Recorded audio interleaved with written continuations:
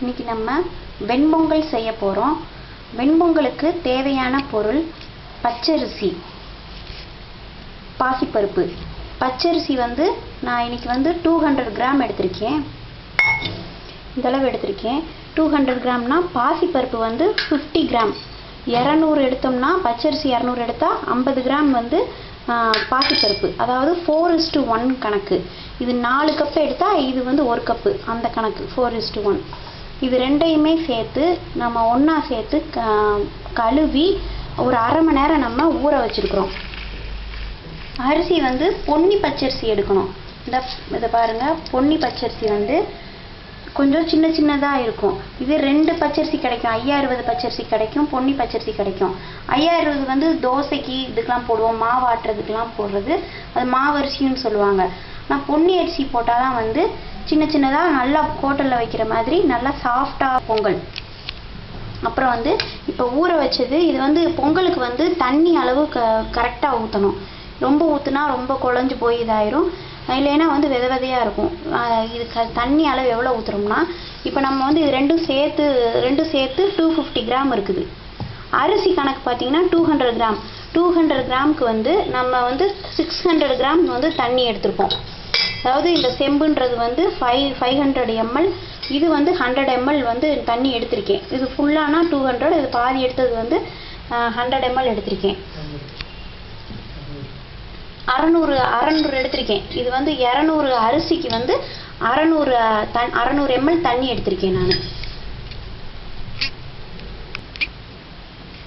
பொங்கல் தாளிக்கிறதுக்கு சீரகம் 4 ஸ்பூன், நல்ல ஒரு பெரிய ஸ்பூனில் 4 ஸ்பூன். மிளகு 1 ஸ்பூன். இஞ்சி ஒரு சின்ன அங்குலம் சின்னதாக, அதை சின்ன சின்னதாக நறுக்கி வச்சுருக்கோம். பச்சை மிளகா 4 இந்த மாதிரி நல்லா 2 வெட்டி வச்சுருக்கோம். கருவேப்பிலை, முந்திரி பருப்பு, பெருங்காயம் கொஞ்சம் ஒரு அரை சிட்டிகை போட்டால் போதும். அப்புறம் நெய், எண்ணெய் ரெண்டும் நம்ம கலந்து செய்ய போகிறோம். இதில் டால்டாவில் செய்வாங்க. டால்டா அன்ஹெல்த்தி. இது நெய்யில் செஞ்சிங்கன்னா நல்லா ரொம்ப வாசமாகவும் இருக்கும், ஹெல்த்தியானதும். இப்போ நம்ம பொங்கல் எப்படி வைக்கிறதுன்னு பார்ப்போம். இப்போ நம்ம பொங்கலை தாளிக்க போகிறோம். எண்ணெய் 3 ஸ்பூன் எண்ணெய் ஊற்றிருக்கேன். 3 ஸ்பூன் எண்ணெய், நெய் 3 ஸ்பூன். 3 ஸ்பூன்னா சின்ன ஸ்பூன் அளவு, 3 ஸ்பூன். இது பொங்கலை வெறும் நெய்யிலையும் செய்யலாம், அது ரொம்ப ரொம்ப டேஸ்ட்டாக இருக்கும். இது பாதி எண்ணெயும் நெய்யும் கலந்து நம்ம செய்கிறோம். இப்போ அடுத்து சீரகம், மிளகு,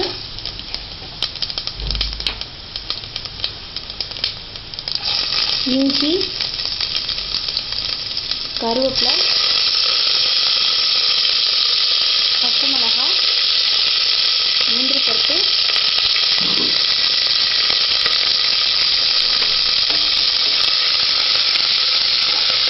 கொஞ்சோண்டு பெருங்காயம். சீரகம் அதெல்லாம் பொரிஞ்சு வரணும். இப்போ நம்ம தண்ணி ஊற்றுறோம்.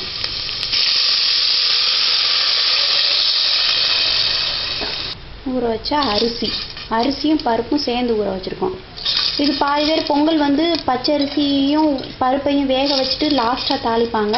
ஆனால் இதை செஞ்சு பாருங்கள், இது நல்லா டிஃப்ரெண்ட்டாக டேஸ்ட்டாக இருக்கும். அதை விட இது நல்லாயிருக்கும். போட்டு பொங்கலுக்கு தேவையான அளவு உப்பு,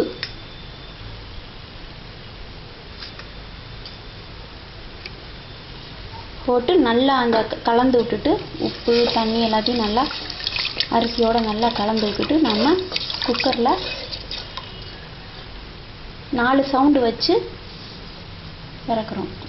ஒரு 4 சவுண்டு வச்சு 5 நிமிஷம் சிம்மில் வச்சு அடுப்பு ஆஃப் பண்ணிட்டு இறக்குறோம். நம்ம வெண்பொங்கல் ரெடி. இப்போ நம்ம வெண்பொங்கல் ரெடி ஆயிடுச்சு.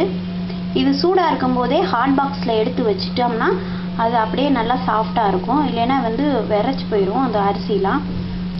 இந்த மாதிரி நல்லா குழஞ்சி கரெக்டான பக்குவத்தில் ரெடி ஆகிருக்குது. இதை நம்ம ஹாட் பாக்ஸில் எடுத்து இது பண்ணோம்னா சர்வ் பண்ணிக்கலாம். கூட வந்து சாம்பார் சட்னி வச்சு சாப்பிட்டா, சாம்பார் சட்னி உளுந்தோட வச்சு சாப்பிட்டா ரொம்ப நல்லாயிருக்கும். அந்த சாம்பாரும் சட்னியும் எப்படி வைக்கிறோன்றத இந்த வீடியோவிலே நம்ம சேர்த்து போட்டிருக்கேன், அதையும் பார்த்துக்கோங்க. பருப்பை வந்து ஒரு அரை மணி நேரம் தண்ணியில் ஊற வச்சு எடுத்துருக்குது. இது வந்து ஊற வச்சது. அப்புறம் சாம்பார் வைக்கிறதுக்கு தேவையான பொருள் வந்து சின்ன வெங்காயம் ஒரு 20 சின்ன வெங்காயம் எடுத்திருக்கேன்.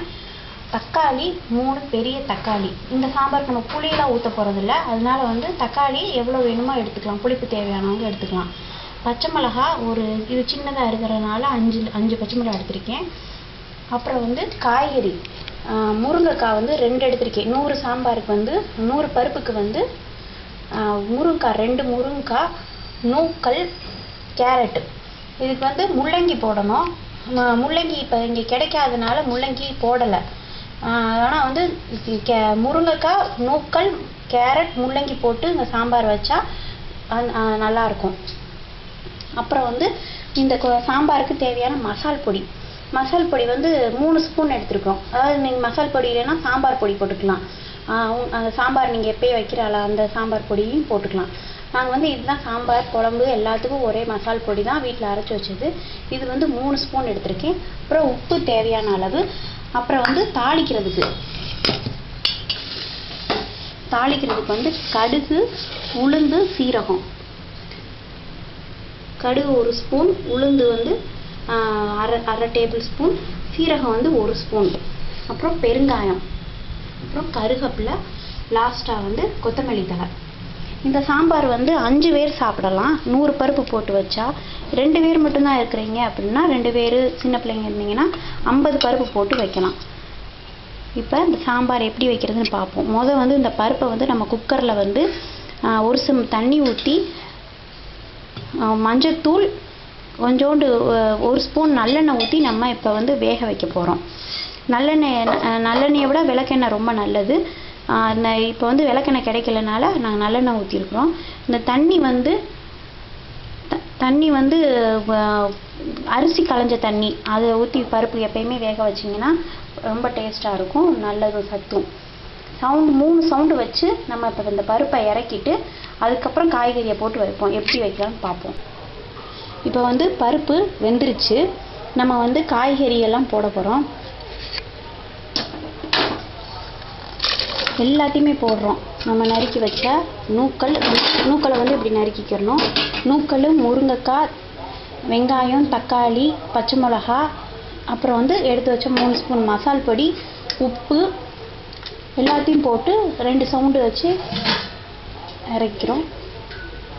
தண்ணி இப்போ பருப்பு கொஞ்சம் ஊற்றிருக்கிறோம். இப்போ கொஞ்சம் தண்ணி ஊற்றி கிண்டி பார்த்துக்கலாம். தண்ணி எவ்வளோ வேணுமோ ஊற்றிக்கலாம். நம்ம புளி போடக்கூடாது. இப்போ கிண்டி பார்த்துட்டோம். இன்னும் கொஞ்சம் தண்ணி ஊற்றினா நல்லாயிருக்கும். கொஞ்சம் தண்ணி ஊற்றிட்டு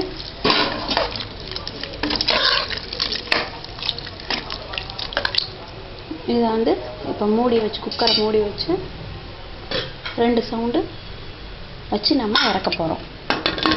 இறக்கி தாளிச்சா நம்ம வெண்பொங்கல் சாம்பார் ரெடி. இப்போ வந்து நம்ம சாம்பார் வந்து ரெடி ஆயிடுச்சு. காயெல்லாம் நல்லா வெந்துருச்சு. இப்போ நம்ம வந்து இதை தாளிக்க போகிறோம். 1 ஸ்பூன் எண்ணெய் ஊற்றிருக்கோம். நெய், அதாவது இந்த சாம்பாருக்கு வந்து ஒரு 2 ஸ்பூன் நெய் ஊற்றினா தான் நல்லாயிருக்கும். சின்ன ஸ்பூனாக 2 ஸ்பூன் நெய் ஊற்றிருக்கோம். இப்போ வந்து எண்ணெயும் நெய்யும் நல்லா காஞ்சிருச்சு. கடுகு, சீரகம், உளுந்து போட்டு தாளிக்க போகிறோம். கருவேப்பிலை, பெருங்காயம் நல்லா பொரிஞ்ச உடனே நம்ம சாம்பாரில் ஊற்ற போகிறோம்.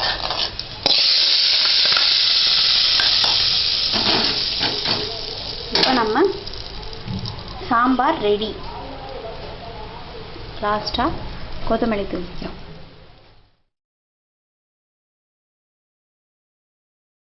நம்ம தேங்காய் சட்னி வைக்க போகிறோம். தேங்காய் சட்னிக்கு தேவையான பொருள்: தேங்காய், கால் மூடி. பொரிகளில் 50 கிராம் அளவு எடுத்துருக்குறோம். நம்ம ஒரு கை அளவு எடுத்துருக்கோம். பச்சை மிளகா 3 எடுத்துருக்கோம். இஞ்சி கொஞ்சோண்டு, வெள்ளைப்பூடு 4, சின்னதாக இருக்கிறதுனால 4, பெருசாக இருந்தால் 2 போட்டால் போதும். அப்புறம் வந்து தாளிக்கிறதுக்கு கடுகு, உளுந்து, கருவேப்பிலை, பெருங்காயம். இப்போ வந்து தேங்காய் சட்னி நம்ம அரைக்க போகிறோம். ஃபஸ்ட்டு பொரிகளை போட்டிருக்கோம். அதுக்கப்புறம் தேங்காய், அப்புறம் இஞ்சி, வெள்ளைப்பூடு,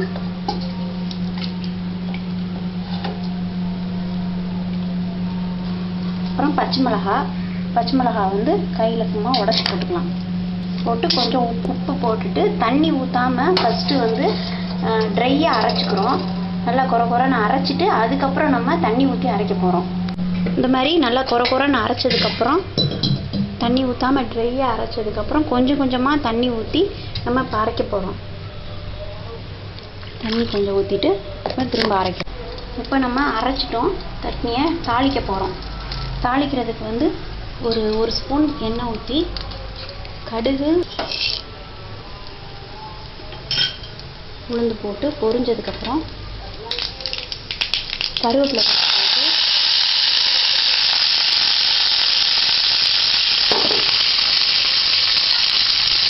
வெங்காயம் போட்டுட்டு